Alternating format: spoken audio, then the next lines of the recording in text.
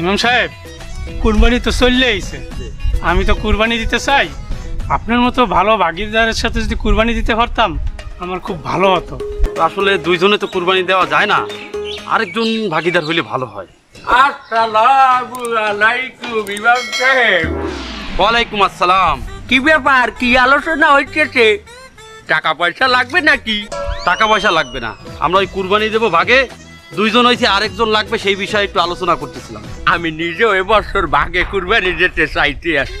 তার আপনাকেও যেহেতু একজন ভাগিদার লাগবে, আসেন আমারও আপনাকেও ভাগিদার হিসেবে নেন। হাওলা হাওলা কুয়াতা মাস্টার সাহেব পড়েন। লা হাওলা ওয়ালা কুওয়াতা। ওনারা কি ভাগে নেওয়া যায়? উনি তো সুদখোর। না, কথা বলেন, এটা সুদ করতে আমিও কইতে পারতাম, এই দিলেও কষ্ট পায় না। আরে সুদখোর আবার দিল কিসের?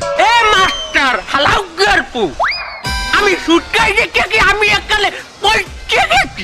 আমি একজন মানুষ না, আমার দেল আসে না, আমি ইনসান না। না, আপনি আসলে ইনসান, কিন্তু আপনি একটা গুনাহগার ইনসান। এ মিয়া, আমি সুদ খাই দেখে কি আমি পয়সা গেছি? আমার কি মোটেও সওয়াব হয় না সুদের টাকায়? আমরা সুদ করে, আমরা সুদের ঠায় আবার কিসের